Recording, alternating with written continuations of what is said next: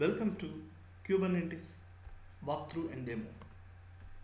In this video, I am going to explain how to create the Kubernetes cluster with one master and one minions, how to deploy pods in the clusters, how to create the service in the cluster, and how to deploy many replicas using replication controller, and how to achieve the desired state with the replication controller.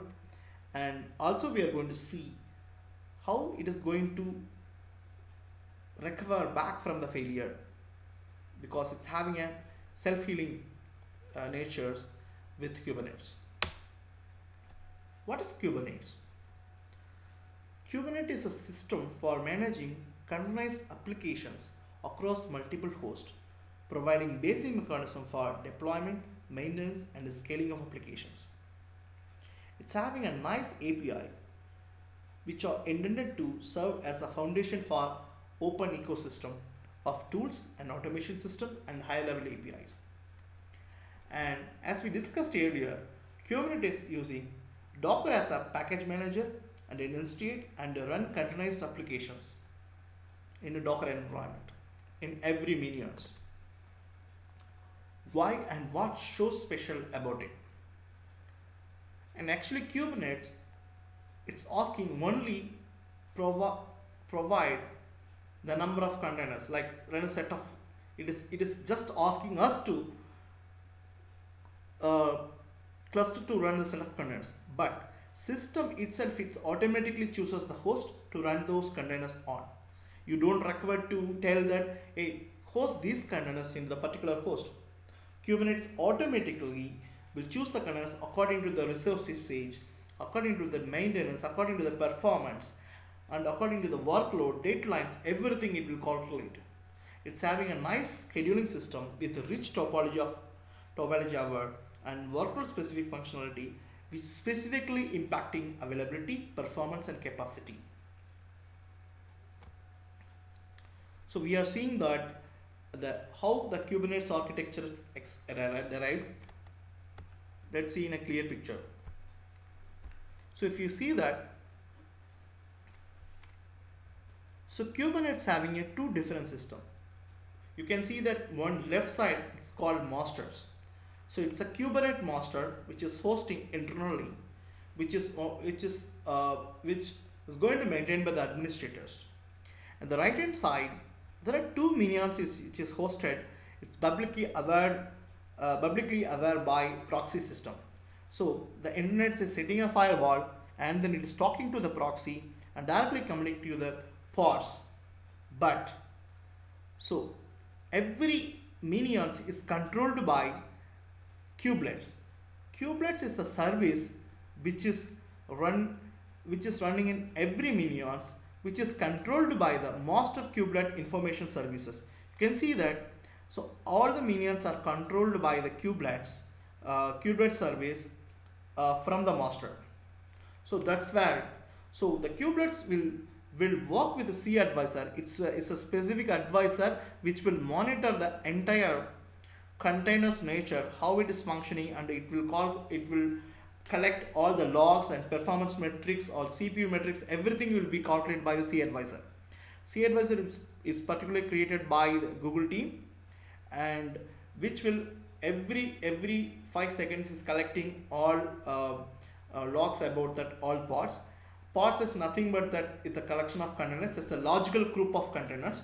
So we will see in very detailed in actions. And so the all entire minions are controlled by kubelet information service, and also it's having the common storage via, it's powered by etcd. It's actually a configuration data store which can be, it's a global store which can be served from each minions as a globally. And come to the left hand side, so you can see that the master, so the master is controlled, the master is having a enormous APIs which can control the pods, services, replication controllers. And also it's having a massive scheduler and control managers. So we will see everything in clean and in action. So wait for a moment. So now I am switching back to that slide.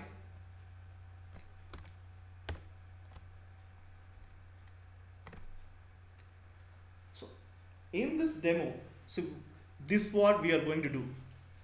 So you can see that. So I'm going to create that Tesco demo master, that actually a demo cluster. So which is contains one master and three minions. So the cluster I'm going to name it Tesco demo cluster master, and then the other nodes automatically will be put the name called Tesco demo cluster node 1 until the node 3. And you can in this diagram you can see that the masters is controlling the minions via that Kubernetes APIs. And then there is a inbuilt, and the below you can see that it's called pods. So pods are nothing but it's a group of containers which is largely grouped via the pod name, and it is load balanced via service. So it's called service load balancer. It's a named load balancer. We are going to see that in full demo. So basically we are going to create that cluster with one master and three nodes, and we are going to deploy the pods into that cluster, as well as creating the services for name loading balancer. Okay, what is the master server? So we are going to see in very clear. This is a controlling unit in Kubernetes cluster. It's called master server. It serves as the main management contact point for administrators and also provides many cluster-wise system for the relative dump worker nodes. The master server runs a number of Unix services that are used to manage clusters worker load and direct communication across the system. And as I already explained, so minions is nothing but it's another VMs or any physical metal servers which is controlled by masters.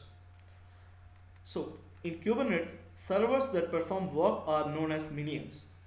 Minion servers have a few requirements that are necessary to communicate with the master, configure the networking for containers, and run the actual workloads assigned to them.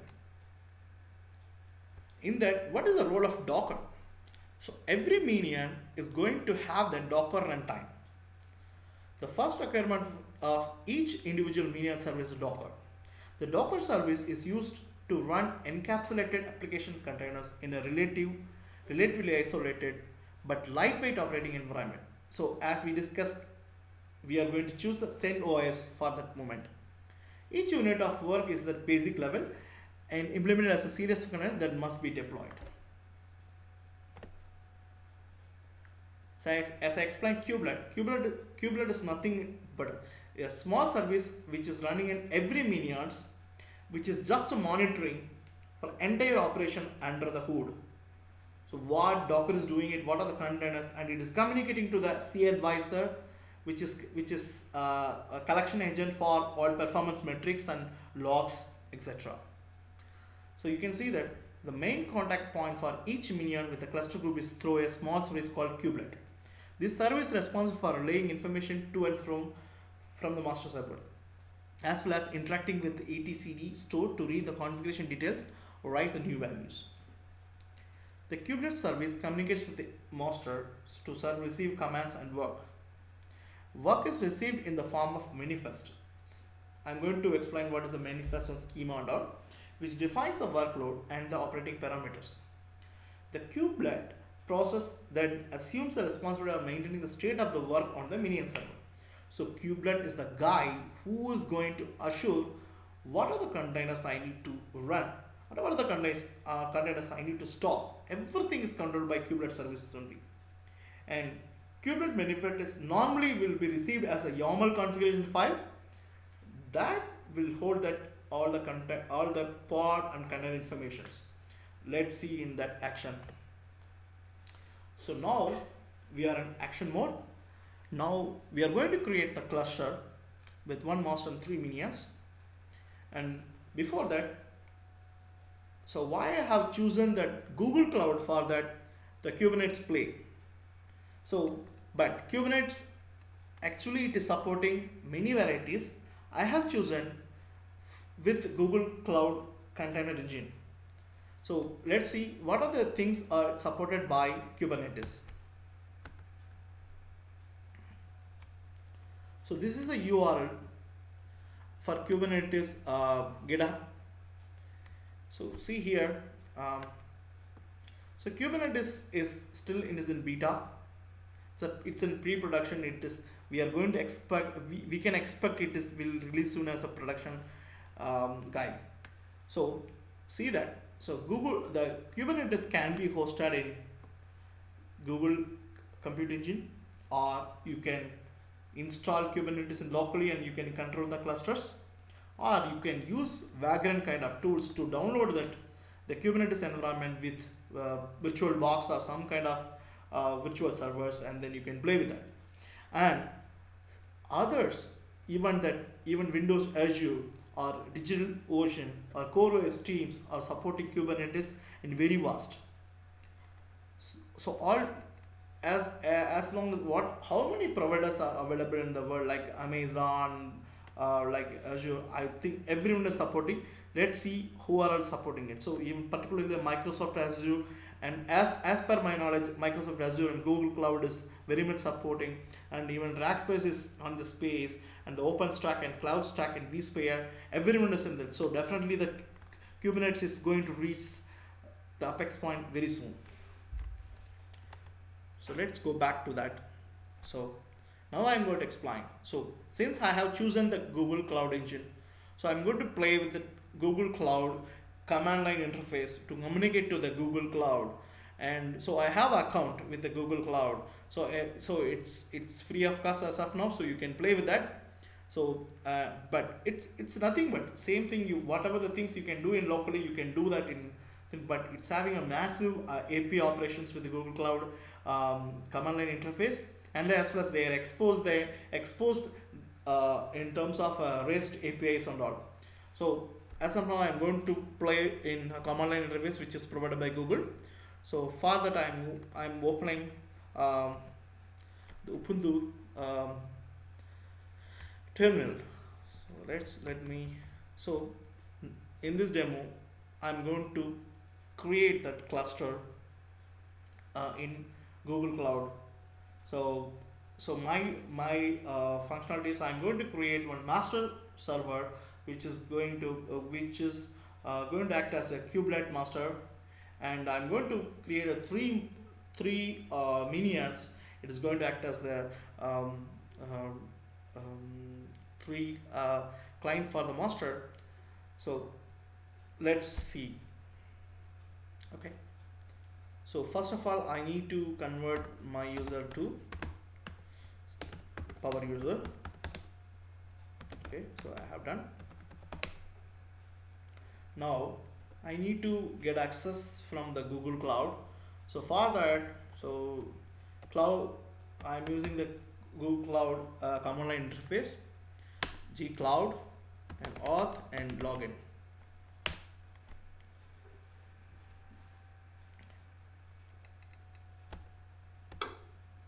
Okay, so because it is going to ask the password and username in that browser itself, because it's using OpenAuth. So let's see again, Google Cloud auth login. Enter.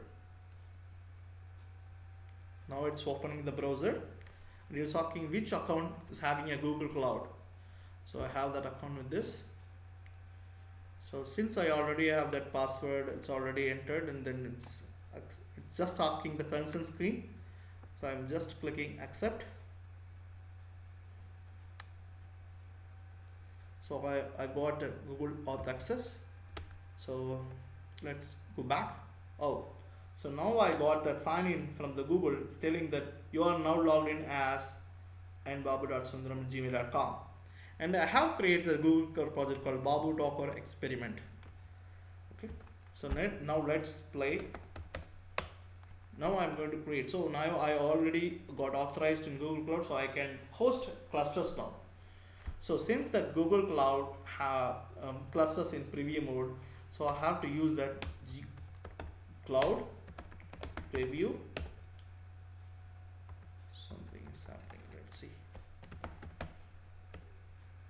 Google Cloud, preview, containers,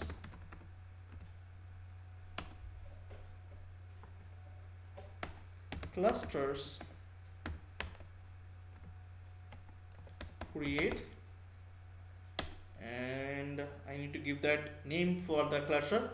So as I promised already, Tesco demo cluster, and I'm going to mention which zone I'm going to use it. So because the Google Cloud have many zones, so I'm going to use Asia and East 1-B. There are many zones available to install. So then I'm going to tell that how many minions I needed. For that I'm num I nodes, and I'm going to tell that it's 3, and I'm going to tell that what is the password for the cluster. So you have to be very serious to select the password, because that this is a password for your Kubernetes API. So because since it's going to expose to the outside world, so you have to keep very secure password. Otherwise, don't give the password at all, because if the password should be, you should give that very secure password. Otherwise, automatically the password will be created whenever the cluster is getting restarted, and it will download their certificates automatically, so you don't require to worry about it. But since I want to expose this cloud, this API outside of internet, so I'm choosing the password. For time being, I'm giving Gmail at 123. So I can choose pass at 123. Let's see. So I'm going to hit enter. So it is going to create that clusters with the name of Tesco demo cluster with the three number nodes, and then it's going to install this my masters and the nodes in the specific region. It's called Asia East 1B with the password pass at 123. Let's see. I'm going to hit enter. Oh, oops. Oh, there is no containers available. It's called only container.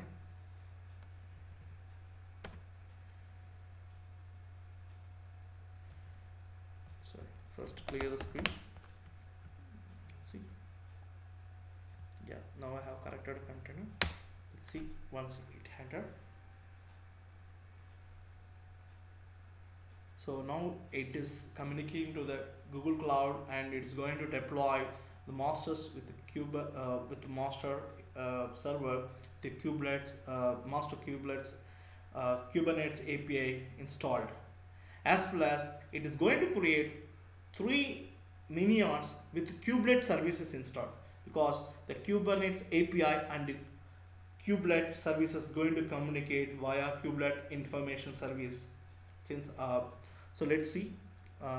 Wait for small time. So it's going to be, oh, it's done. So now it is waiting for cluster API installation.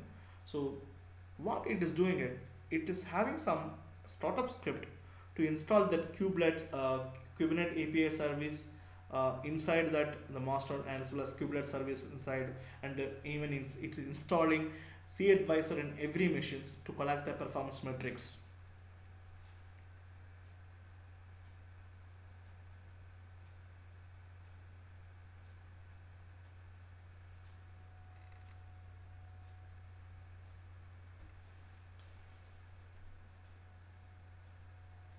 I hope it will be done soon.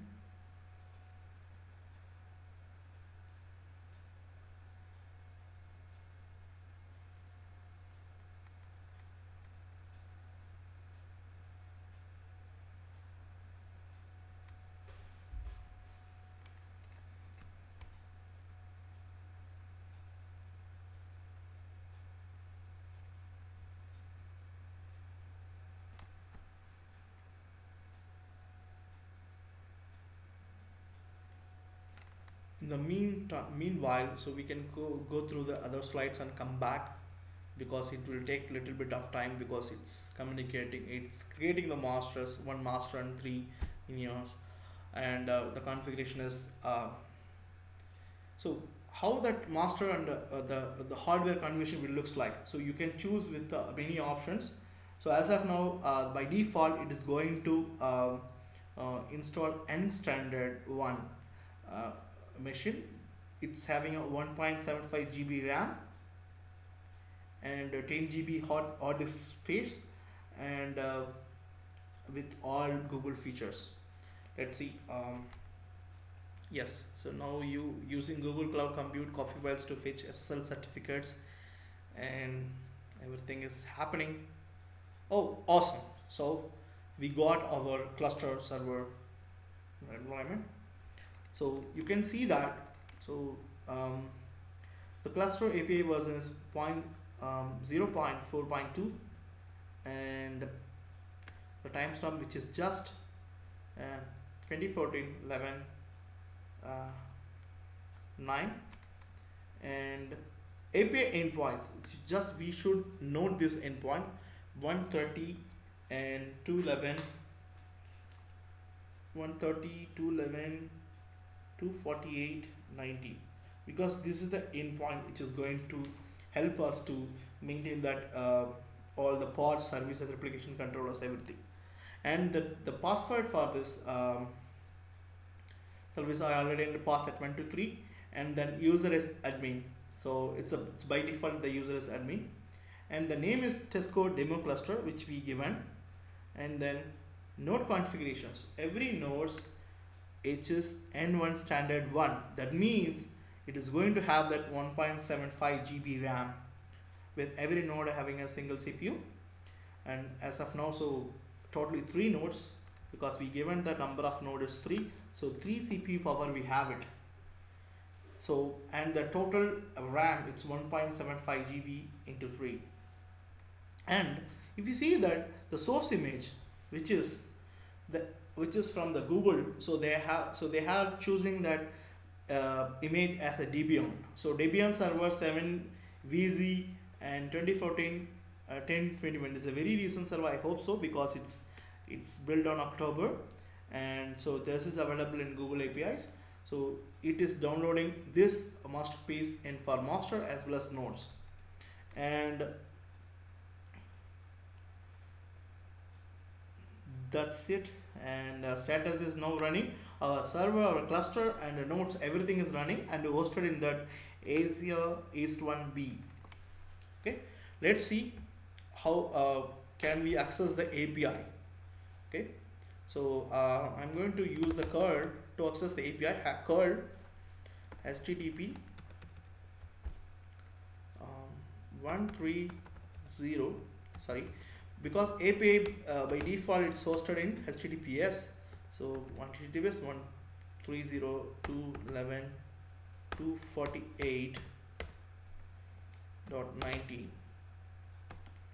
So I'm going to give the -k, which will bypass that, the SSL certificate validations, and I'm using you as a user admin. So now let's see. So now so it's asking the password. So since I already given pass at 1 2 3, so let's see. Oh, we got it. So we are able to access the Kubernetes server. Welcome to Kubernetes, we are getting it. So this access, how it is we are receiving this request because the Kubernetes API, which is having a reverse proxy with Nginx server. Okay, Nginx servers, which is receiving the request from the external world and doing a reverse proxy with the Kubernetes API. That's what is happening. So we are directly communicating 130.211.248.19 is basically is the Nginx server, which is hosted in port 443 because since it is HTTPS. Let's see. Let's talk with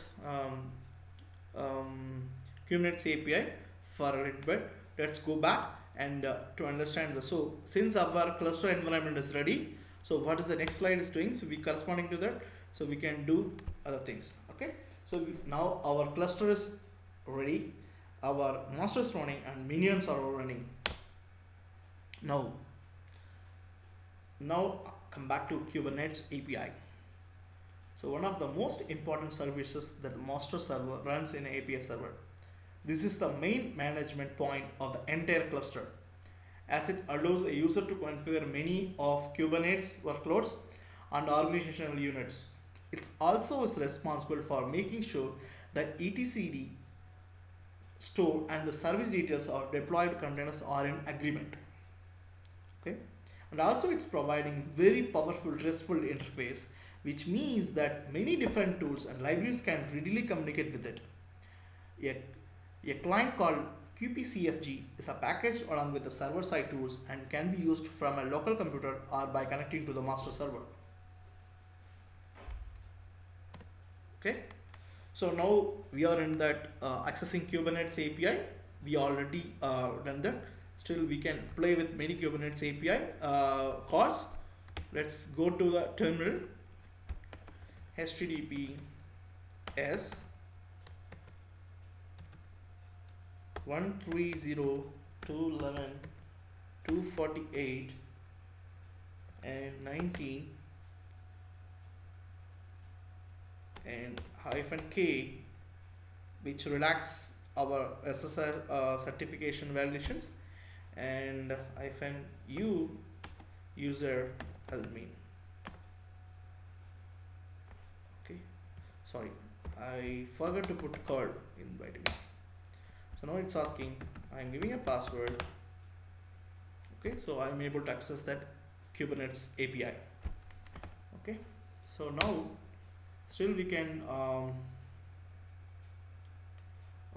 play with that clear card HTTP. Yes, I think this will be already okay, and we can keep the same thing. So I'm just going to talk. How can I communicate to the parts? I want to list of parts. I want that list of services. I want to list replication controllers just running outside. So I want to access that one. So how I am going to do that? For that, API and version 1 beta 1 / and our details. So now I'm choosing the request called pod. So I think pods or pod. Okay, let's see. So it's asking password. I think I'm giving a wrong password. Got it. See, we are able to see that. So it's a pod list, but with empty items because we didn't create any pods. Isn't it? So we are going to deploy the pods and many more things in later, but let's see what is called pod and all. Before that, even what are the things I already told, using this KPI we can control pods and services.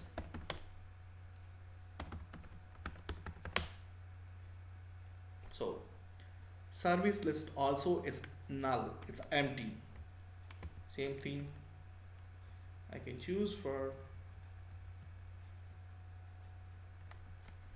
here. I can choose for replication controllers. Replication controllers.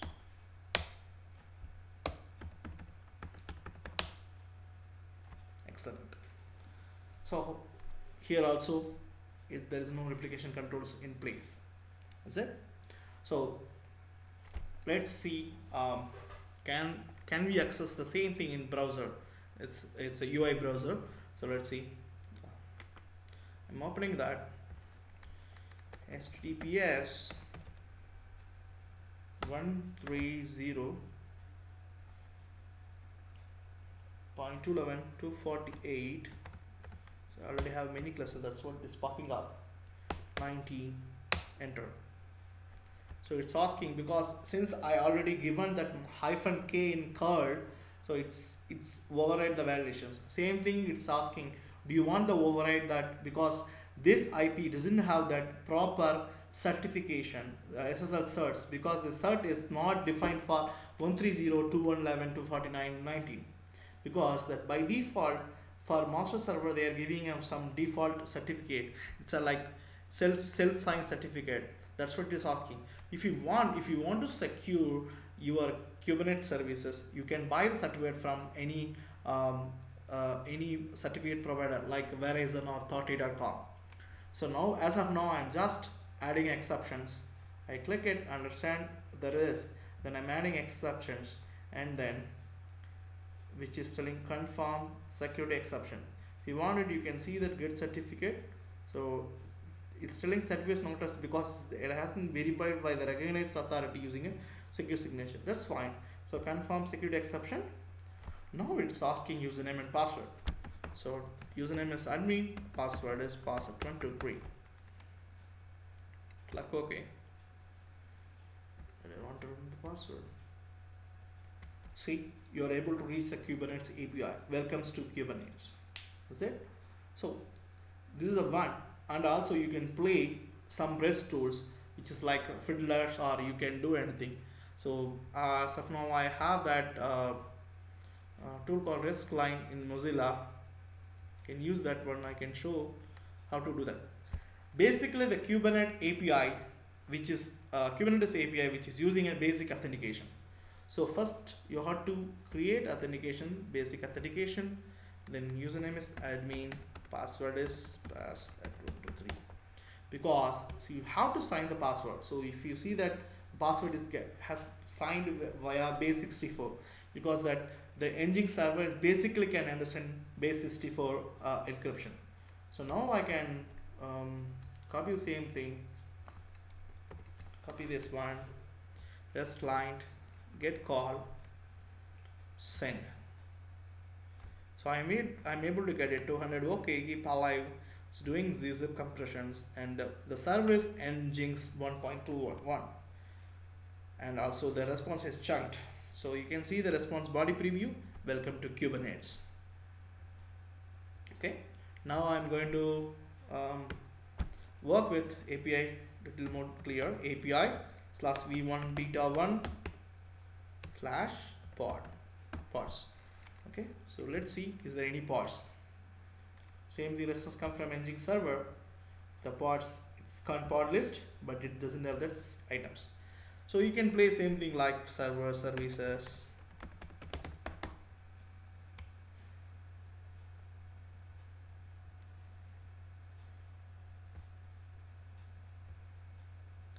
Services also, it's empty, item null, so replication controller.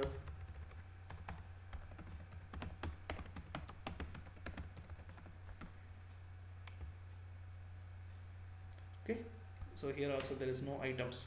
So let's see. Okay, so same thing, this API is providing not only get, it's providing put and delete and post. So you can create the pods, you can delete the pods, you can update the pods, everything you can do it from this API. It's a great tool. So we can come back this later. So first we can go to the other slides, and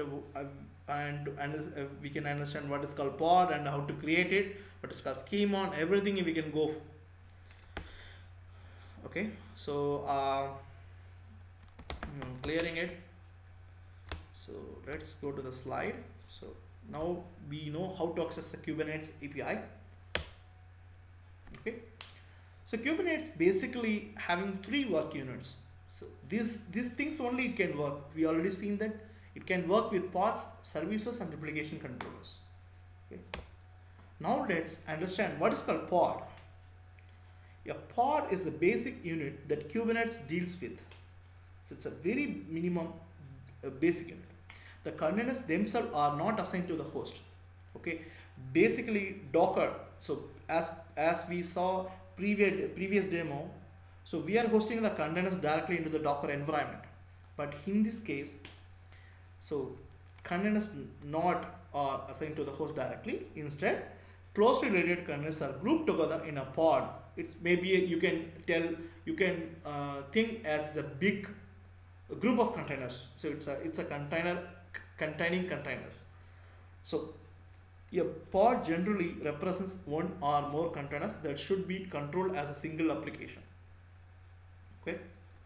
This application leads all of the involved containers to be scheduled on the same host. They are managed as a unit and they share environment. So it will share the same IP and memory space and all host and CPUs, everything it will share the same. This means that they can share volumes and IP space and can be deployed and scaled as a single application. And you can and should generally think of the pods as single virtual computer in order to best conceptualize how the resource and scheduling should work. Just a VM. It's a separate VM which contains some processes running.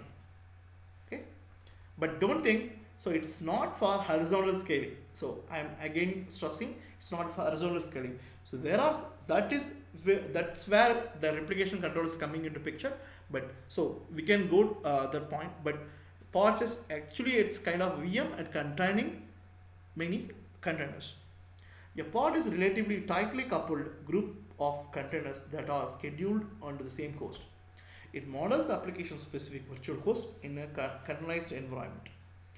Pods serve as units of scheduling, deployment, horizontal scaling, and replications. Share FAT and share some resources such as storage volumes and IP addresses.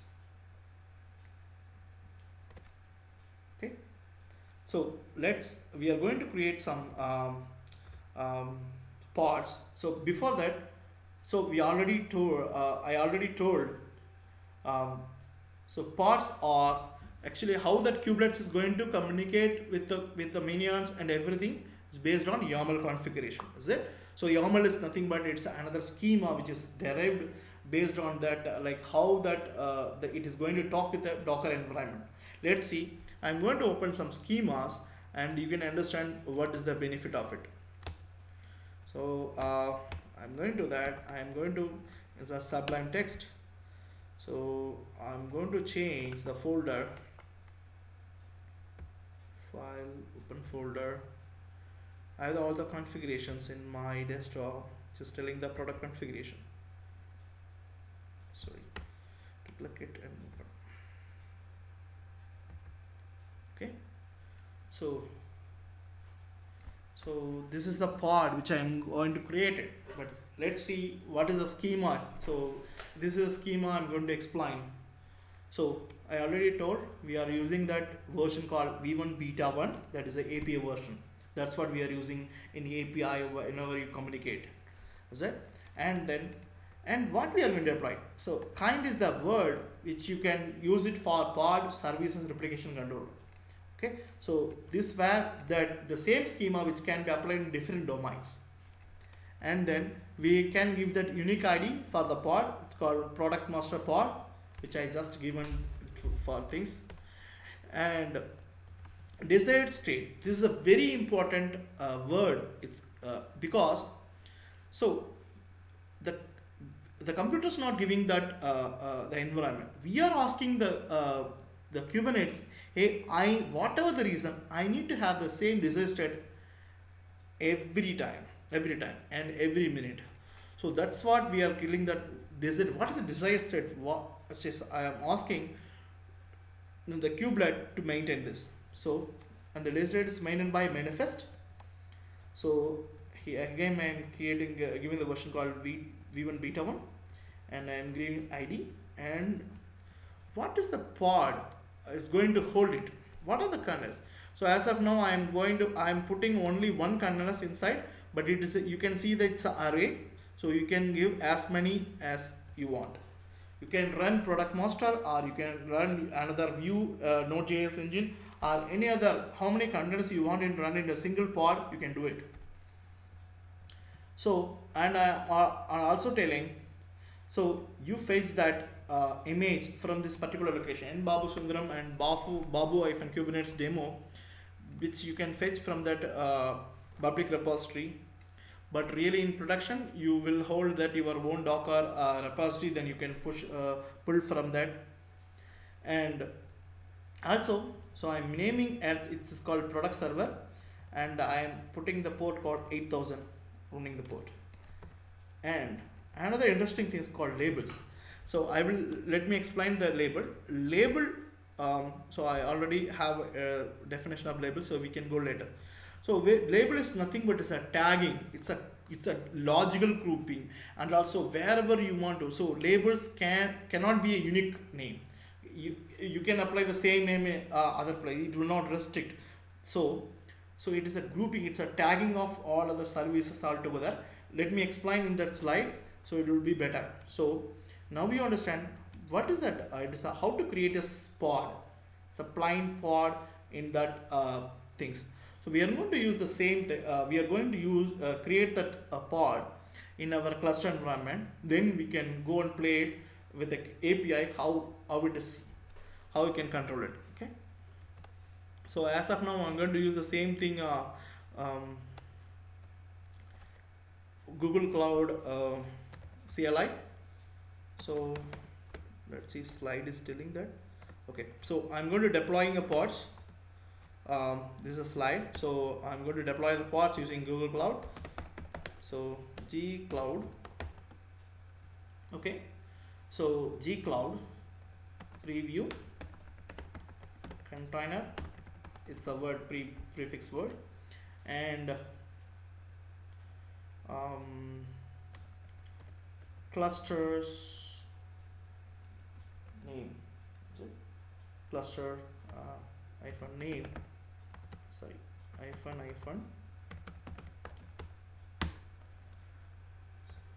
cluster hyphen name equal to Tesco demo cluster, and my action is create. Is it? So create and create what its name. What is the name? Product master pod, and I'm giving the zone as Asia East 1 hyphen B, and now I need to tell that where is the configuration resides. Is it? So I already showed the YAML file, so I need to tell that equal to product config slash. So let me check that the path is correct. Product config, yes. So this is the pod name, so I can give it .json. Okay, so I'm going to hit enter. So before that, please understand. So this is that cluster name which I'm going to install this pod, and I'm given the name, and the action is create, and the zone is Asia, and configuration file which is in the location. I'm going to hit enter. So there is some errors. Invalid choice. Let's see what I did.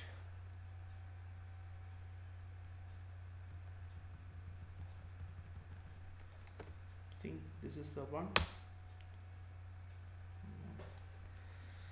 Okay, I think I have something. Google Cloud preview container cluster name Tesco demo cluster create product master. Okay, let me check.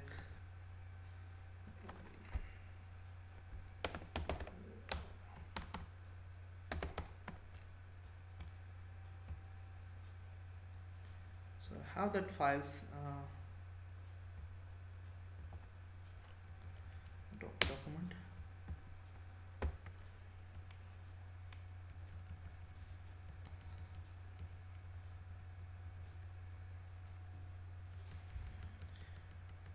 Pods cluster hyphen name correct, create product master pod, that's fine. So correct only. Let's see.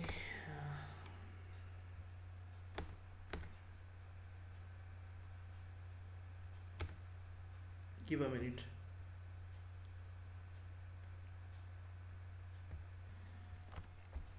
What is the mistake? Okay, let me clear once again.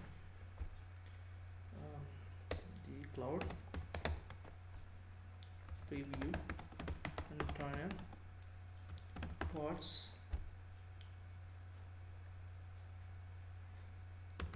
cluster name Tesco demo cluster. Action is create. Name of that pod is product master pod. Zone is Asia. East 1 B. And config file, config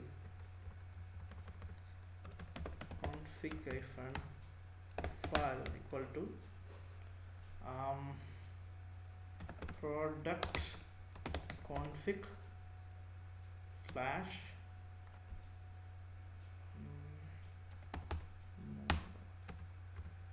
what is that file name again, I forget. Product config, this one is .json.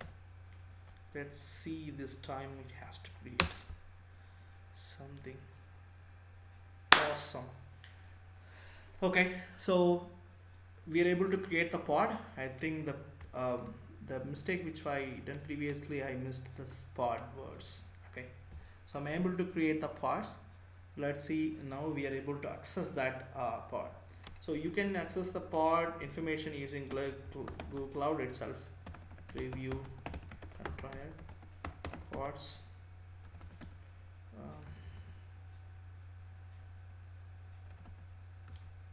Describe pod name product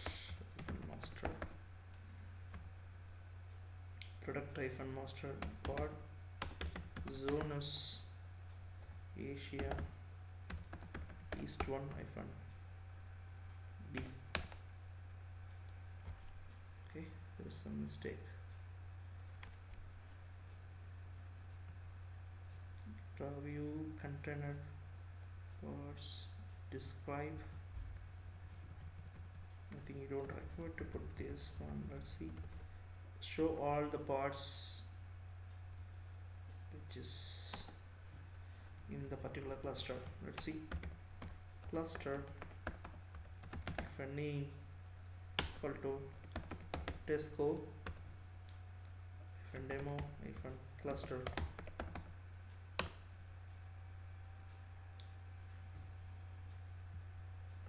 Okay, let's see.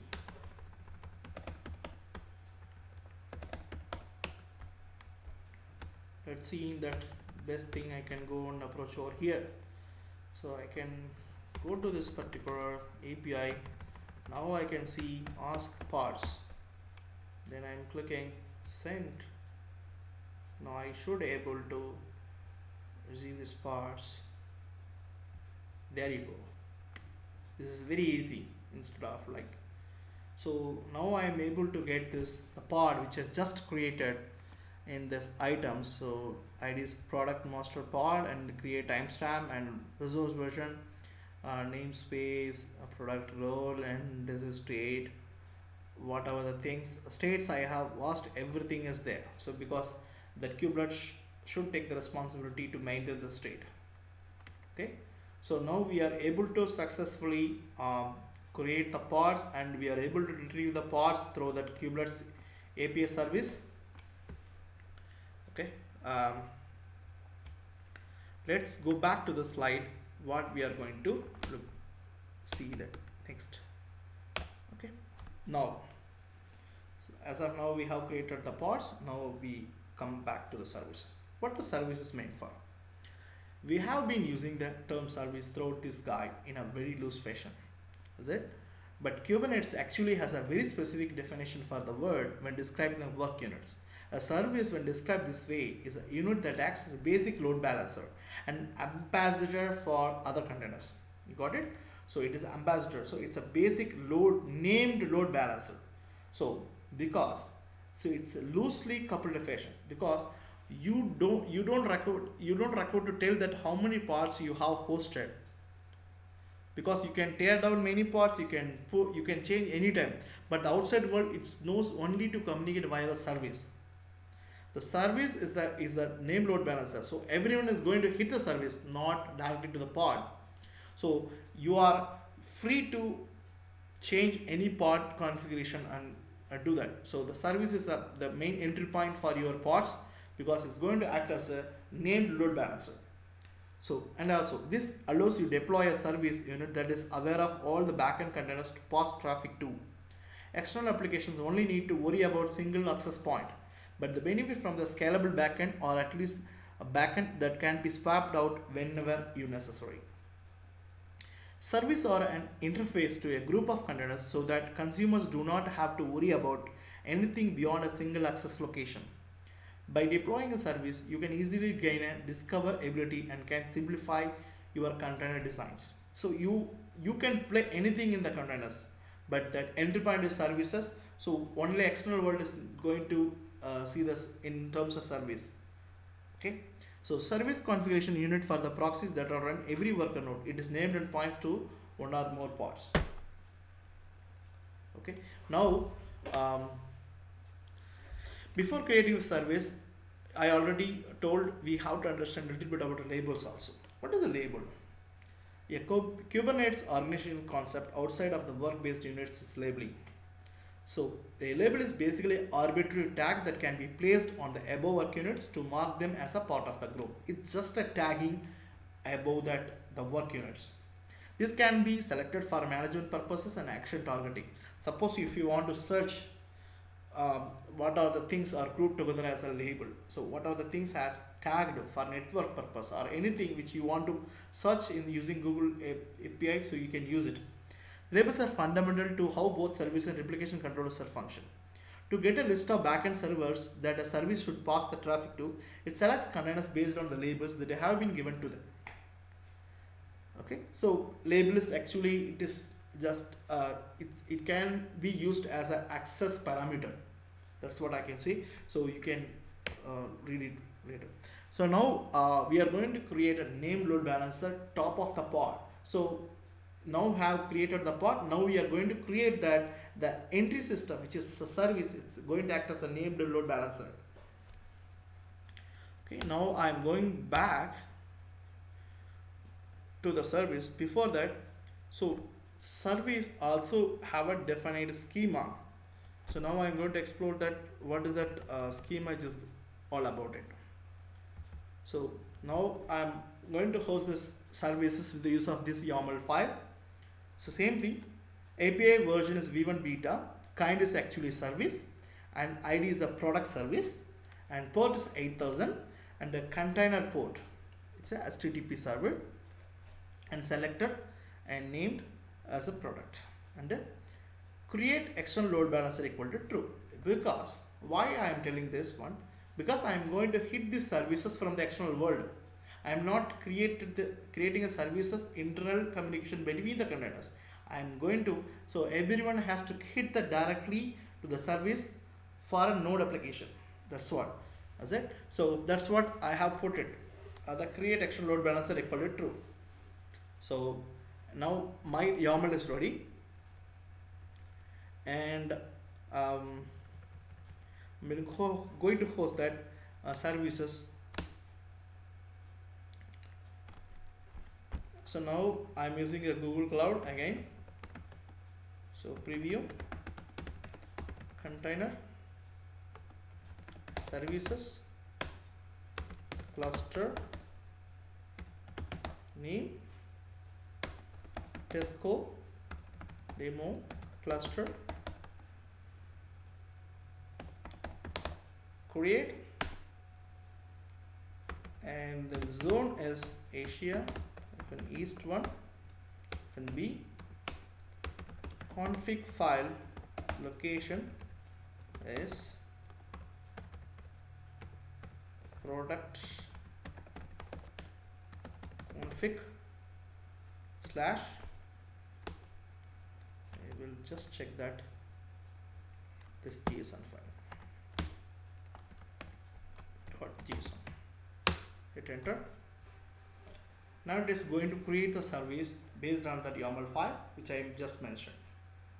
Okay, service is created. So now that 8000 ports is expanded, so anyone can hit that port.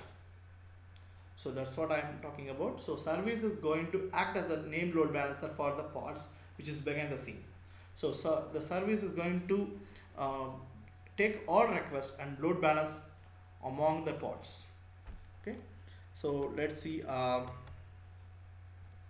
Now I am able to pull that service information using this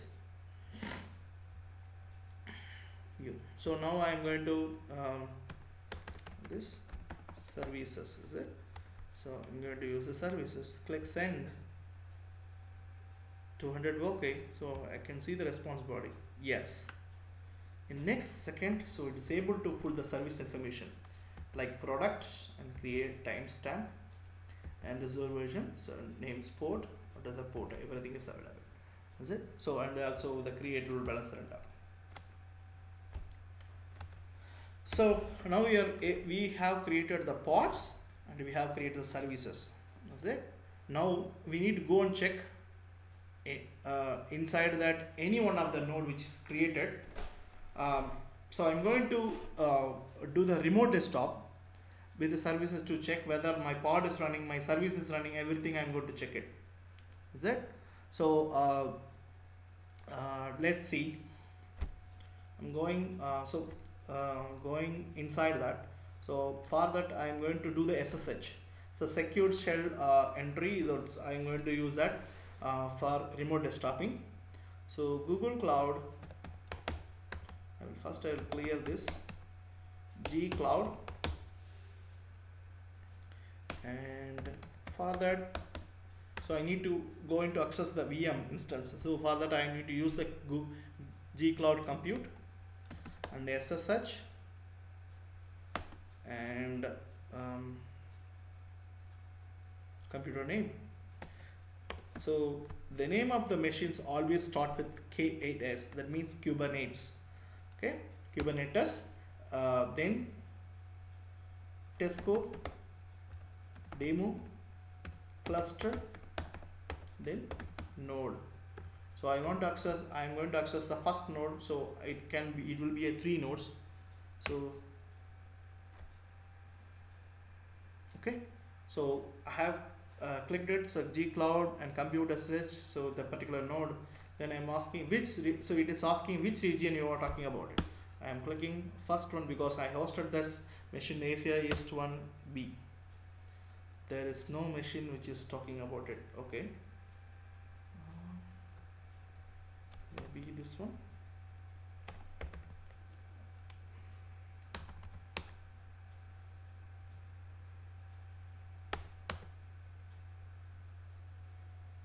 Okay, yeah. This is the name of the computer. Sorry, maybe. So always it's K8S. It's a default naming conventions for Google Cloud machines in a cluster environment. And then this is our name of the cluster which is given. So to access this node hyphen whatever the number you are. So I am accessing a first machine. Okay. So I'm inside that root of the particular VMs in that. So I am in the first minion. Okay, so in the minion, so I am just checking any containers running. So because we have created the pods and services, so definitely it has to have the containers. Is it? Oh, awesome. So I have given that Docker PS because that by default the Docker is installed in the system because that's what it is hosting that containers. And see, now you can see that so it is hosted our demo and Babu Sundaram Babu KubernetesDemo things and node serve src index.js. It's 11 minutes things, is it? So before 11 minutes only it has created that that node, and then so this is our container ID. So it is hosted perfectly as a pod in that in our my minion. Okay, and so you can see other containers which is required. So what is this? these are what is this current containers is doing it. So as per the topology from that Kubernetes, all the process which is required to function, they are hosting as a containers only. So everything is a containers in that clusters. Okay. So I already told Kubernetes host every machines will host that C advisor. This is the service which is going to monitor the container the whole VM's performance and the CPU utilization and what are the containers are fetching, read write, and what is the mode, asynchronous or synchronous. Everything it is going to maintain this used by this container. Okay, and then so this is the API which is a Kubernetes is using it. So it's a 8080 because that Kubernetes services which is running as a container and is communicating to the C advisor and controlling all the containers which we hosted. So our containers just like this. The other three containers are hosted by um, clusters only. So now I am going to see that whether my containers purely is running or not. Okay. So let's see. So I'm going to use curl over here. HTTP using localhost. This is a localhost by default, no IPs, and then 8000. Is it? Empty reply from the server.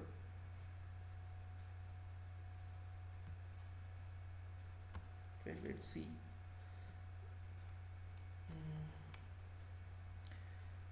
What is the port it's hosting? So we can check it. Control Shift to C.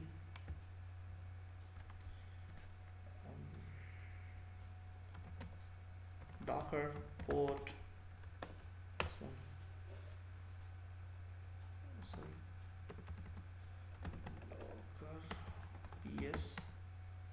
What is the whole port is doing it? HTTP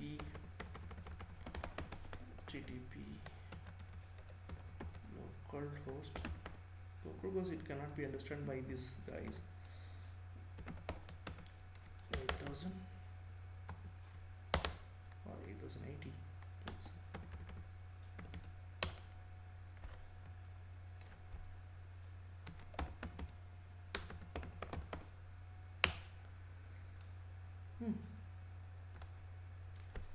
Let's see which port it is running at. 8000 only. So okay, I hope this port has to be opened in this cluster. So for that we need to add the firewall role. Let's see, we can try it now. It is working. Gcloud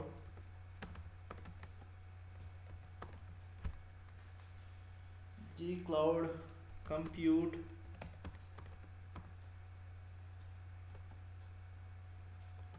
firewall rules, create cluster name, KubernetesDemo cluster -node -8000 allow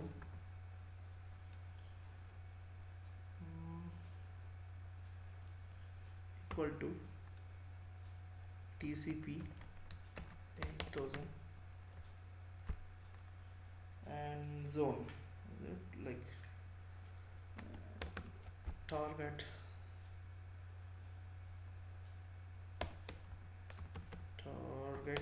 tags, I think so. Tags is K8s by default and Tesco demo -cluster node. That's what is doing it, and we don't require to give that Asia specific. Let's see, it is creating a firewall rule or not. Allow is required. So sorry, I think I misspelled.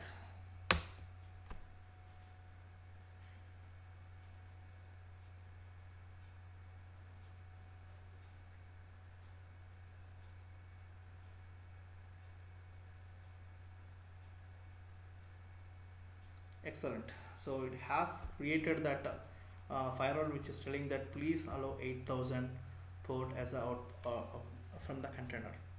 Let's see. See now it is working or not. TTP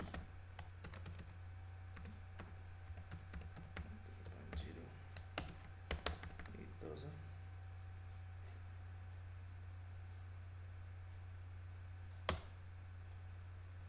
Something wrong.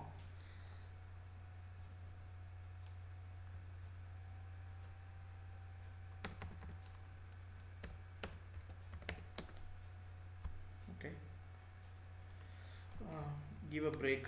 So I will resolve it and come back. Hi. I have found the issue. What happened um, while doing it, even after installing the pod? Why it is not giving the proper response? Because so I have mistaken given the wrong YAML while deploying to the pod. So let's see what is the problem. So I'm going back to the file, so which is the pod file, which is so if you see that so we have installed this pod, is it? So here if you see that in the ports I have the name of the port is called product-server. So and if you see the service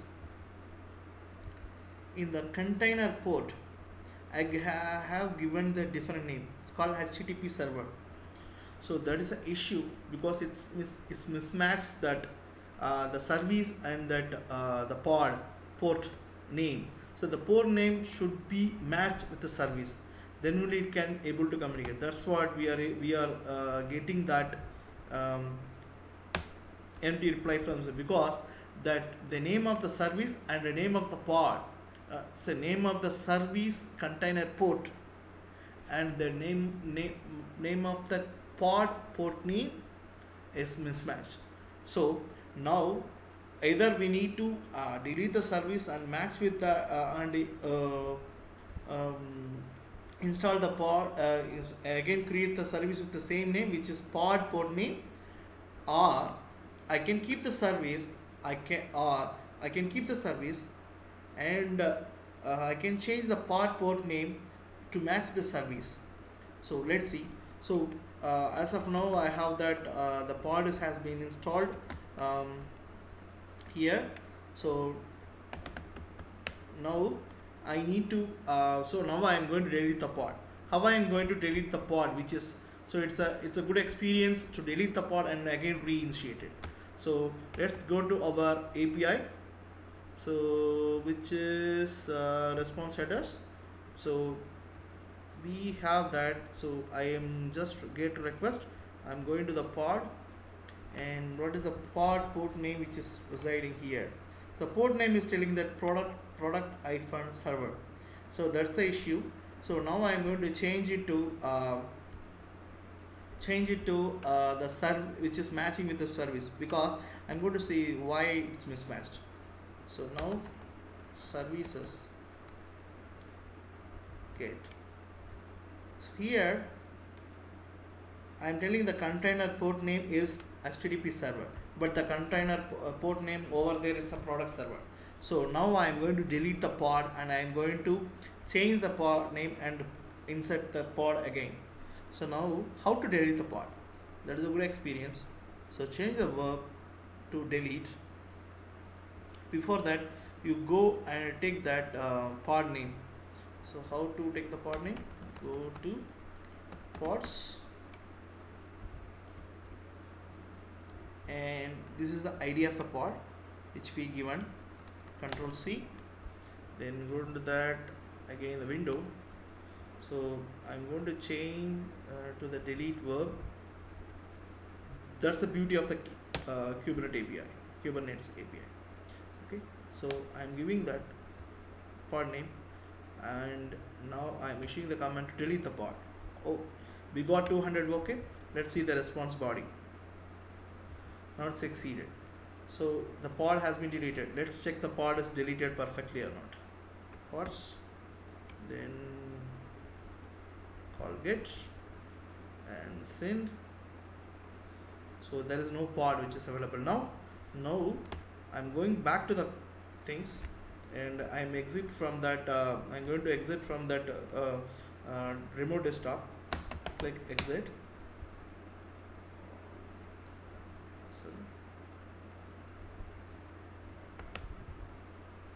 Okay, so now I am in that my own machine. So now I am going to the product config folder and then I am doing a gedit with that pod name which is node.js master pod.json. JS master. So I am going there. So I'm going to change that product name as HTTP server to match with the service. So I'm doing Control S and then closing this thing, and I'm going to create the pod again. So how I'm doing it, I can create via this REST API or I can use G Cloud. So I can do it again to create that pod again. So G Cloud preview container and clusters, sorry, not the clusters, pods, cluster name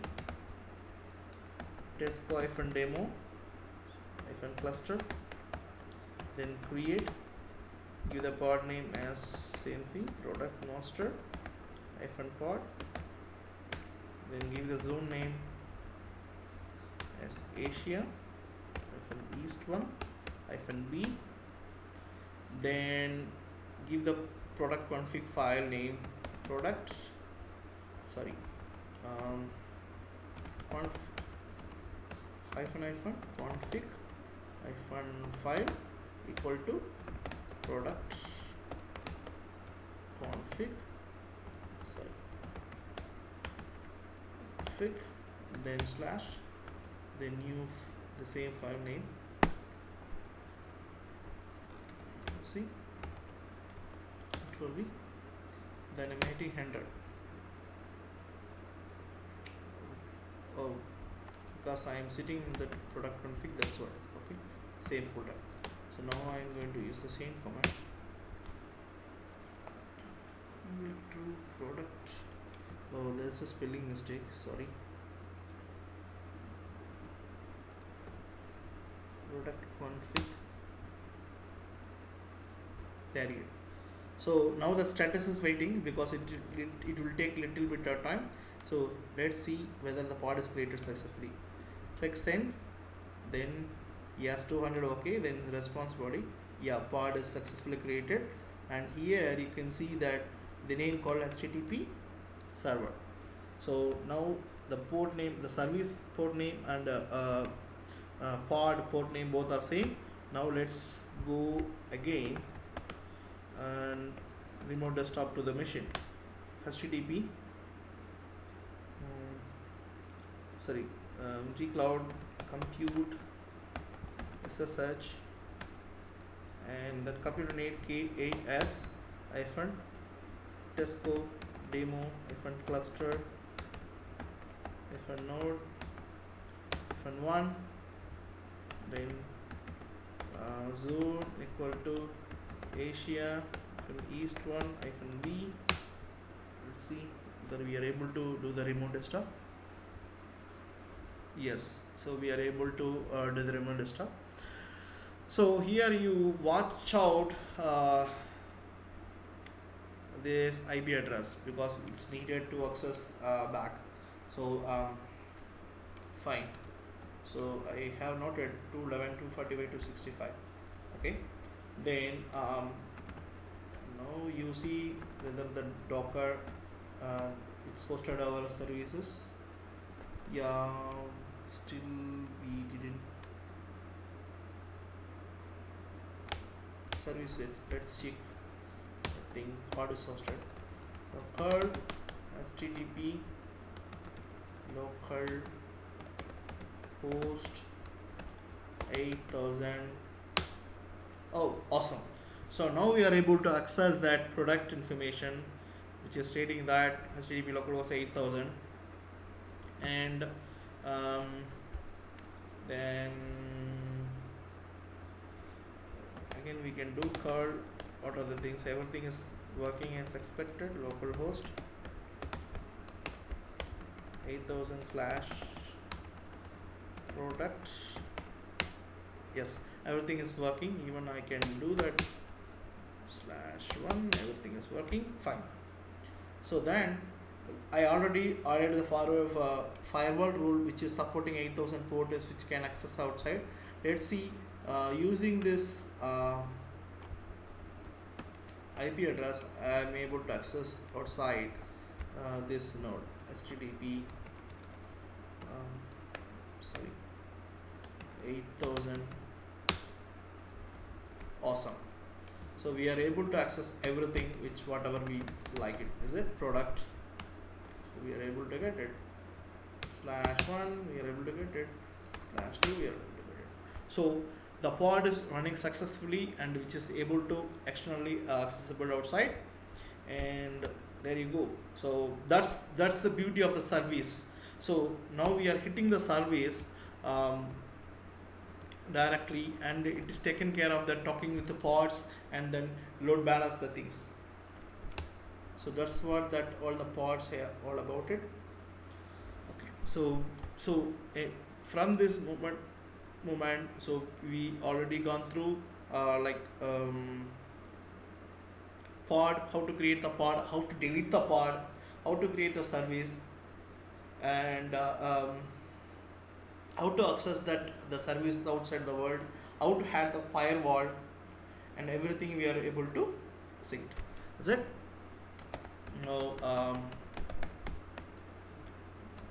we are in that machine. Okay. See, still it is not able to, but how it is accessible? Okay. So now we go to the next slide, which is, so we are able to create the services. So we already gone through is what is called services, what is the labels, what is that we have able to create a service, we are able to access that services outside the world.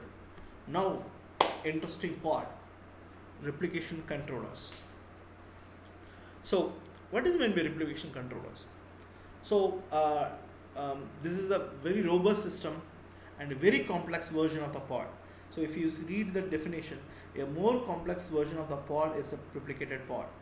These are handled by a type of work unit known as replication controller. Because see, as of now, just I hosted one pod with the pod templates, is it? So I want to create that multiple same pod in number of many number. So how to do that? So we can achieve the same thing via replication controllers. So replication controller is a framework for defining pods that are meant to be horizontally scaled. The work unit is in essence a nested unit. A template is provided, and which is basically a complete pod definition. This is wrapped with the additional details about the replication work that should be done. Is it? So the replication controller is delegated responsibility over maintaining a desired number of copies. This means that if the container temporarily goes down, the replication controller might start up another container. If the first container comes back online, the controller will kill one of the container. So that is the way we can achieve the desired state. Is it? Like I want to run 10 containers, 10 pods, and I should not run more than 10 or less than 10. That's what the replication is. Even for any adverse effects, like if anything failure or something, some container stopped because of some process or some hits happened from the service side, anything happened, automatically this replication controller will take care of it. So every time it will go into talk with Kubernetes services and just ask that the status of the pods which is running under the services. Suppose if the number of the containers and pod inside the pod pod, everything is matching with the desired state or not. If not, then automatically it will make sure the same desired state it will be done using this replication control. So let's see still more. How it is controlled? It is controlled via controller manager server. This is the same, this is the guy who is controlling the replication process defined by the replication task. So how we are going to define the replication task controls, I am going to tell it in short. Like the detail of this operation are returned to etcd where the container manager watches the changes. So whenever I am going to tell that, hey, so don't run that one container, I want 5 containers now. So that moment every the value will go to the etcd, and then etcd will whenever that so then replication manager will notify via the watch manager. So once that is done, so all so the replication will container will make sure will run that particular number of containers. Okay, and this is the scheduler server which is doing that every particular time. It's going to analyze the requirements of the current infrastructure. So anything is changed in that YAML file which is posted in the etcd, and it will responsible for tracking resource utilization. Suppose you have 3 nodes, 3 minions, is it? Like, so how it is going to distribute the load, how much containers has to be run in every node, that will be taken care by the scheduler server. So we can see it in actions. So how to create the replication controllers, and how to deploy it, what is the schema is going to talk about it, everything we will see in action. Okay, so how to control the pods and service applicants, everything via API we are going to see it. Let's see. Now I am going back to this same folder which I have in the replication controller things. So now I have that schema for replication controller in this file. So if you see that it will maintain the same schema like APL versions. So now the kind, if you see that it is called replication controller, and then I have given the name ID of this controller is called product controller, and then so desired states I need to run always 10 numbers. It's a replicas, is it? So I always need to maintain 10 pods in my all over the clusters. Let's see how it is going to do that. So I am giving that a select name called product because that product name is given in that service. Then so if you see that this is the main player, so this is the place I am defining what pod I need to create the replicas, is it? So same thing, the version and the ID, for example, like what image I need to run, what is the name of the container I need to have it, and then what is the port, so which I already mentioned, same thing I have given the HTTP server over here also, and the connected port 8000s. So what it will do, it will take the template here and then it will create 10 replicas every time.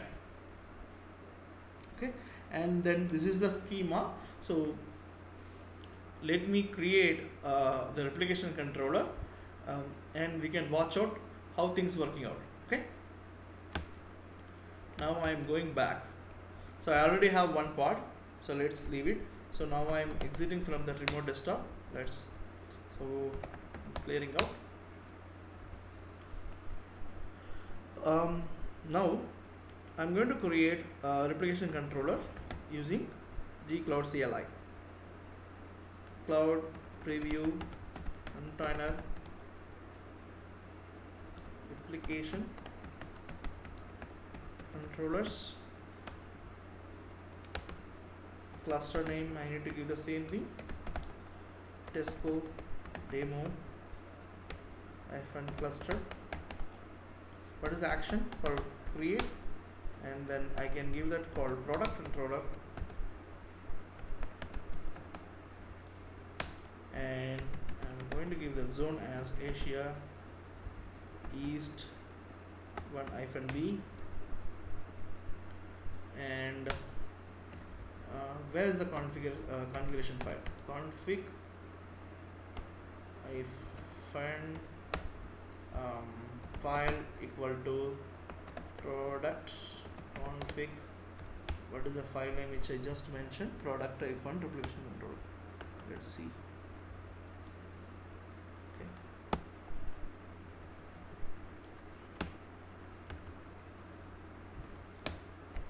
Okay, that's it.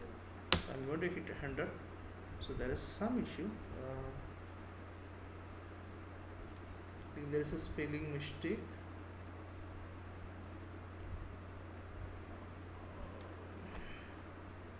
I can copy the same thing. Control C.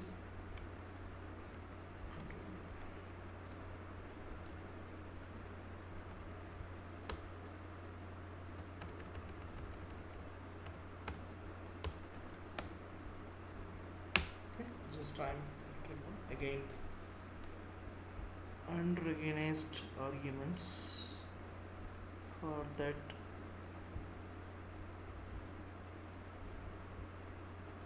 thing I don't require to give it because the ID already given in the file. Let's see. Yes. So now the replication controllers are in place. Let's see whether it is created successfully in that rest things. So I'm going here, replication controllers, clicking enter. Oh, got it. So I have created the controller called product controller, and number of replica is 10, and this is the template which I want to run in that things. That's it. So let's see whether it is really running that containers in that. This time I'm going to going to that particular machine, like gcloud SSH, so compute. Just I'll clear this one. Gcloud compute SSH.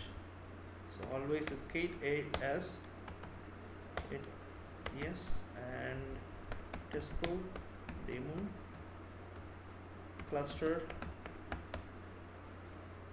and zone. Sorry, the name of the computers, and zone as Asia East 1-B.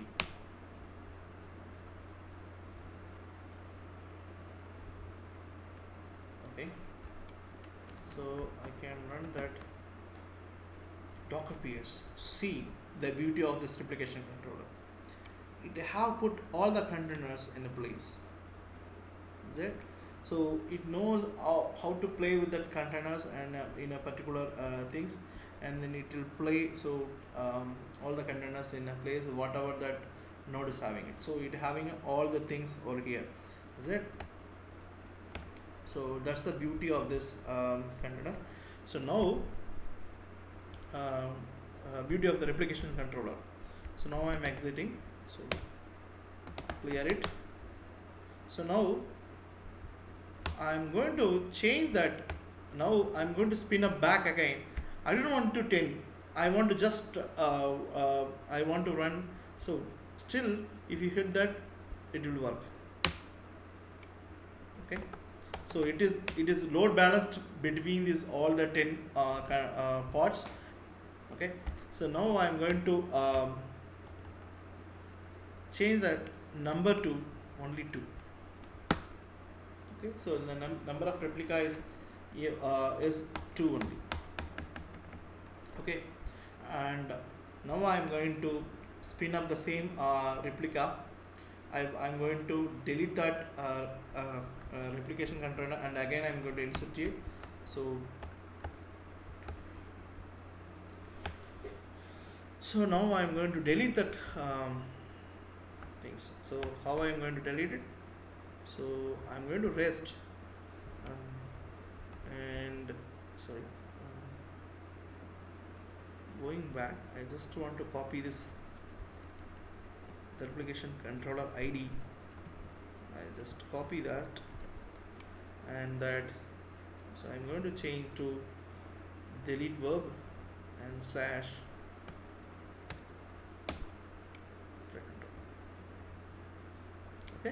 So now it's telling that status is success, so there is no replicas over here. Now I'm going to spin it again, create that container replication.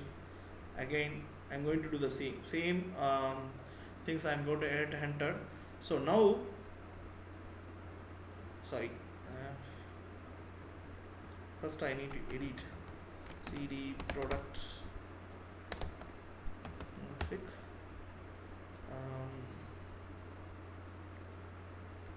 Product, sorry, what is the name of the file? Product,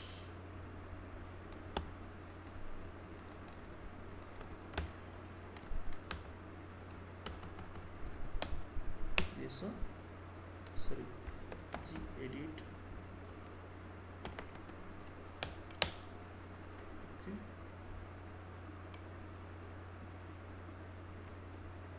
No, why it's not open the correct file? Oh, product config. Okay. Yeah. Then gedit, the file name. It's open. Oh, it's already changed. Sorry, I already changed it. Just want to make sure. Okay. Now I'm going to enter the same command, which is with a new replication details having 2. So now I'm again creating. Sorry, I need to come out from this folder. Then I need to execute it. Okay. So now the replica is 2. Now, as per that rule of replica, so I need to go. I will go inside the machine. I need to check that how many parts has been created. Okay. So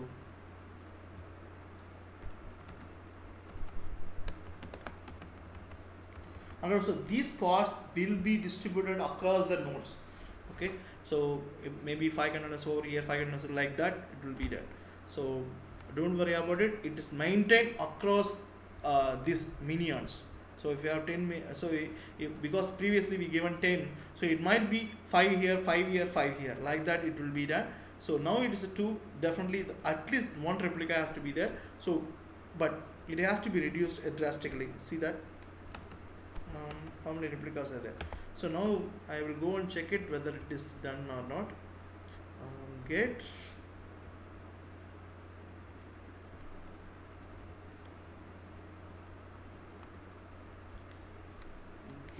replications. That okay, let's check it.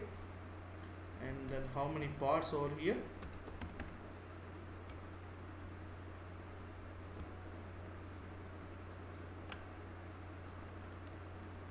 So only one part is over here. Let's see. So now I am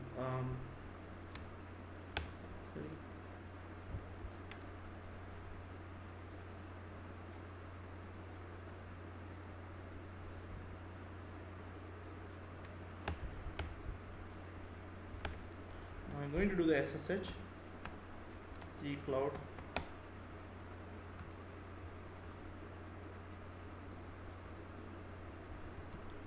service.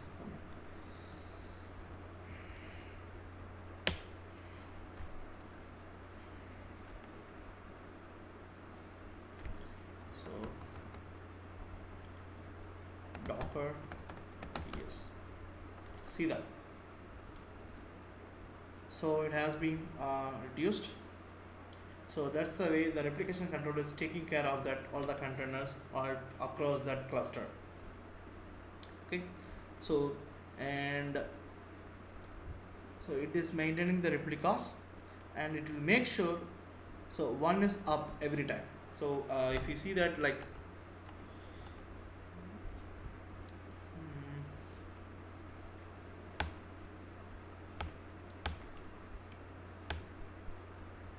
okay, so what we can play over here, whether so suppose if I kill something, let's see how it can get healed. Docker stop side, is it?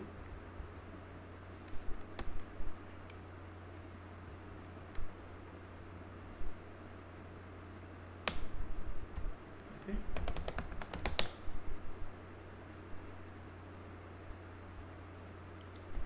see in the next minute still it is not going down. So see now whenever you stop, that it will be generated another ID. So if you see that,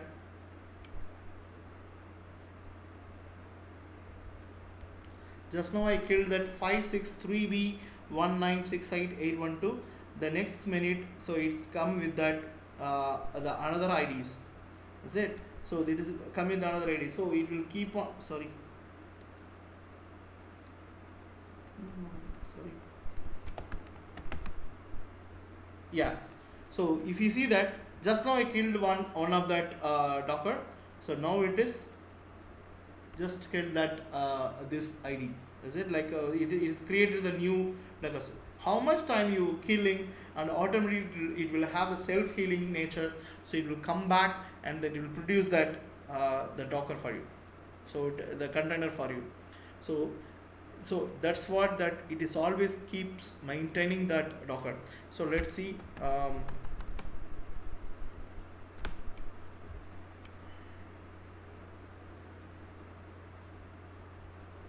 So it is always keep maintaining the parts, and that it will keep on maintaining all the details altogether. So it will always keep the desired state of the machine. Okay, now let's see how much is pending. I think everything is done. So that's not all the demo, is it? So I have explained what is called replication controller, what is called scheduler, how it is self-healing even if I kill that nodes, and all the things we are covered and all the details are done. So so the vast variety of documents which is available in about Kubernetes, which is available in the web, so you can go and talk about it. If you have any doubts, please come back to me. Thanks for the opportunity. Have a great day.